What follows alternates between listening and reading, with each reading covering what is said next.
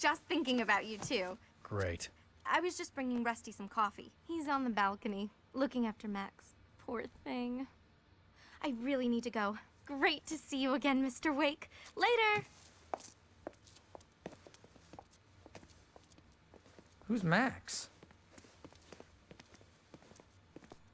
What an airhead. Jeez, Mr. Takes a swing at everybody. This is not her fault.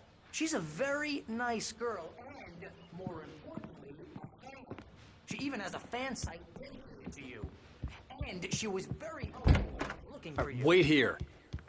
Easy there, boy. I'm almost done. Hey, Rusty, right? You rent cabins.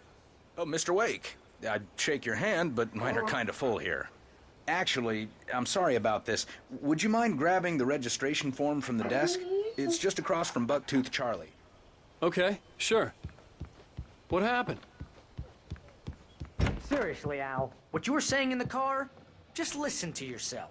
What, you shot a guy and his body just disappeared? When was the last time you slept? What, are you high? Have you been drinking? No! Look, Barry, I'm missing a week, and someone's got Alice, and everything's just... What it sounds like when you say stuff like that? Don't get me wrong, it's a good story, could be a bestseller. But when you start confusing fiction with reality, you're buying yourself a ticket to the funny farm. Seriously, Al, you can't just go and leave a kid. Wait here. Those situations always end up in disaster. I think this is the form you wanted. And here are the keys. Okay, you're all set, Mr. Wake. Glad to have you staying here. Thanks. Can you tell me how to get to Lover's Peak? Oh, sure. It's at the end of the nature trail. Just follow the paths, you'll get to it eventually. It's an easy walk. Nice spot, too.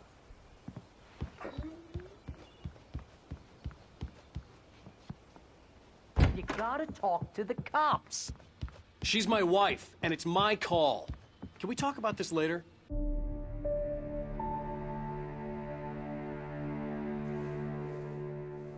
That's just crazy talk, Al.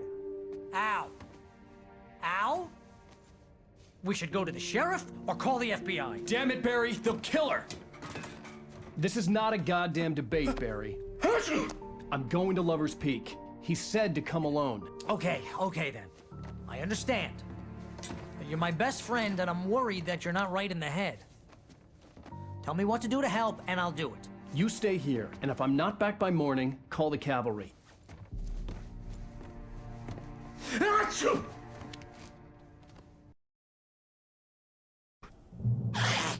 Just be careful with the natives, Al. These yokels are dangerous. Everybody hates a tourist. Or Deliverance all over again. Bless you. Oh, this place is trying to kill me. I'll bet there's mold in here, spores, poison ivy, God knows what. This is so not worth a 15% commission. Real funny, Al. Real funny. Ha ha! Thank you! I'll just sit here in the dark till you come back. Or until I get eaten by a grue.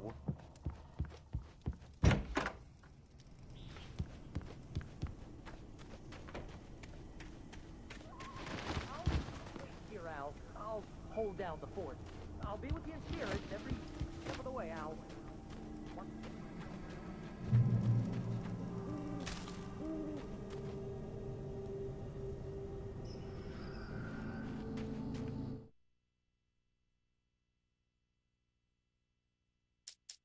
The kidnapper fired his gun one last time, and the shadow vanished into the darkness it had come from. See? Nothing to it, Wake. The thought of Alice in his hands was revolting. We stood on the wooden platform of Lover's Peak, the waterfall in the mountain behind us, the lights of the radio mast blinking red in the heights above. I fought with the urge to take a swing, force myself to speak. Let's cut the act now. Where's my wife?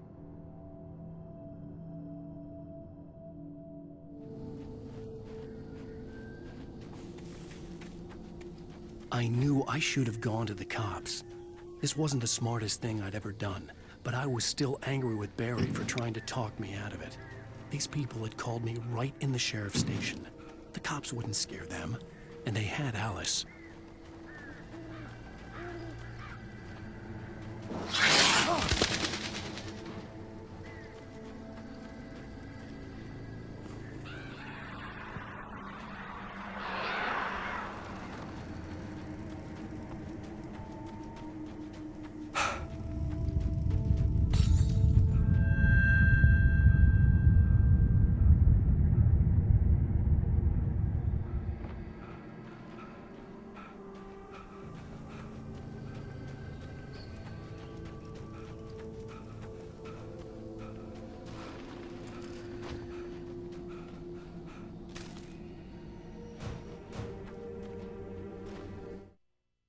The air in the visitor center was heavy with it. Barry had never gotten along with Alice, but he knew Alan loved her with an almost frightening intensity. And now something had happened to Alice. And here was Al armed with a gun and saying things people got put in padded cells for. It was as if his friend had experienced a massive psychotic episode and was now totally disconnected from reality. It scared the shit out of Barry. The air in the visitor center was heavy with an awful smell, as if some rotten drowned thing had crawled up from its grave. Rusty kept coughing blood. My eyes were drawn to the twisted shape of his broken leg. The attack had been vicious. Max whined in his cage. Rusty's eyes were wild with fear and terror. He gasped. "Mr. Wake, it happened just the way it was on that page."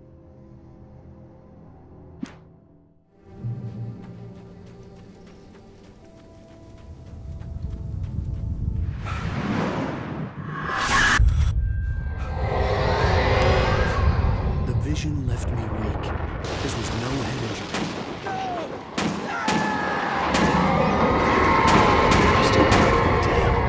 Rusty, hang on! I'm coming! Please, help me! Anybody? Help me! Help me! Can you hear me? Anyone? Please, help! Hello? Back here. I'm back here. Hey, please. Mr. Wake? Oh, hell. It happened just the way it was on that page. I found. Came true. It knew. So dark. It'll come back for me. You must. The lights. In the office. I have the key. Okay, Rusty. Hang on. I'll be right back. Whatever did this couldn't be far. Rusty had found a page from the manuscript. It would help me understand what had happened.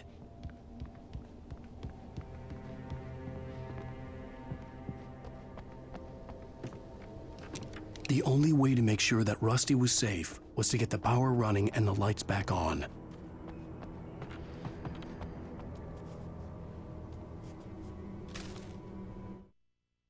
The visitor center was sturdy, but the impact turned the front of the building into splinters.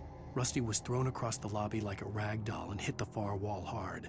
It didn't hurt until he tried to move and saw his leg bend the wrong way, felt the broken ribs stabbing him on the inside. Rusty howled in pain and fear, suddenly afraid to die alone.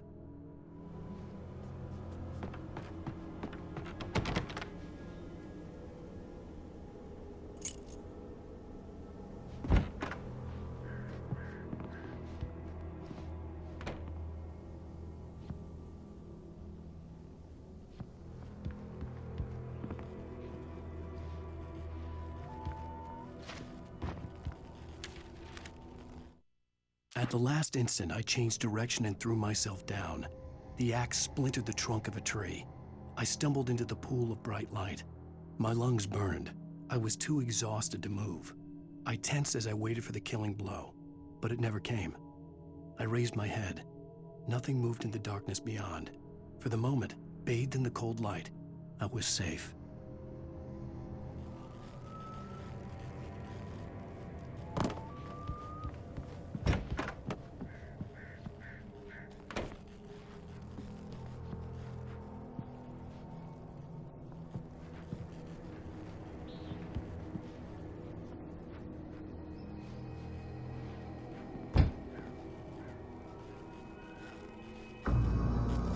I was too late. Someone had destroyed the circuit breaker. There was no way